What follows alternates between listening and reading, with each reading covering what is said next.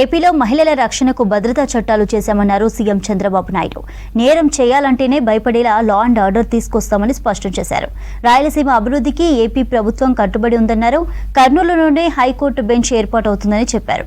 పారిశ్రామిక వృద్ధికి ప్రోత్సాహం అందించడంతో పాటు భారీ పెట్టుబడుల ఆకర్షణపై ప్రభుత్వం దృష్టి పెట్టిందన్నారు మంత్రులు.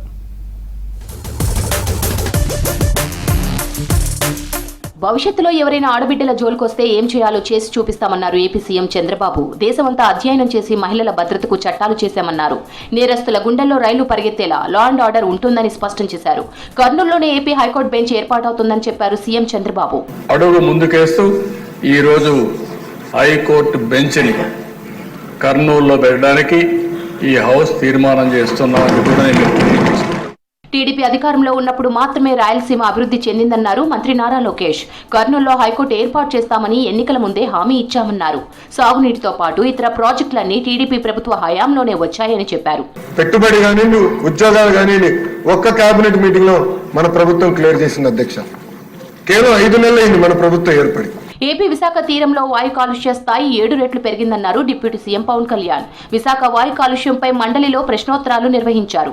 సభ్యులు అడిగిన ప్రశ్నలకు పవన్ సమాధానమిచ్చారు. వాయు కాలుష్యం జరగకుండా పరిస్థితి మెరుగుపరిచేందుకు చర్యలు చేపట్టామని తెలిపారు. పారిశ్రామిక వృద్ధికి ప్రోత్సాహం అందించడంతో పాటు భారీ పెట్టుబడుల ఆకర్షణపై ప్రభుత్వం దృష్టి పెట్టిందన్నారు పవన్.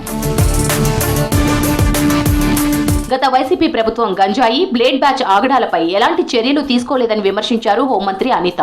5 ఏళ్లలో జగన్ ఒక్కసారి కూడా సమీక్ష చేయలేదన్నారు.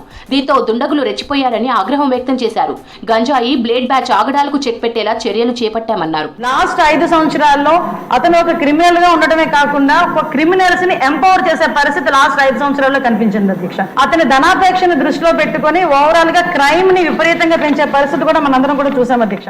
భోగాపురం ఎయిర్పోర్ట్ కు అల్లూరి సీతారామరాజు పేరు పెడుతూ శాసనసభలో ప్రతిపాదనలు చేశారు మంత్రి Janardhan Reddy.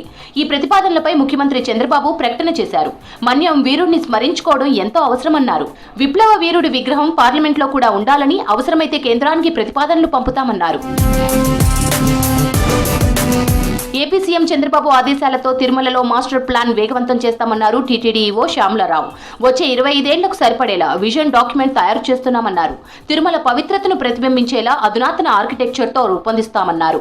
Urban designing and town planning విభాగం ఏర్పాటు చేస్తామని తెలిపారు టీటీడీ ఈవో శ్యామలరావు. 25 సంవత్సరాలకి సంబంధించిన వరకు డెవలప్మెంట్ ఏం చేయాలి తిరుమలలో అనేది ఒక విజన్ డాక్యుమెంట్ తయారు చేసుకుని ఆ విజన్ డాక్యుమెంట్ ద్వారా తిరుమలని ఒక మోడల్ టౌన్ లాగా ఉండాలనేది నా ఉద్దేశం.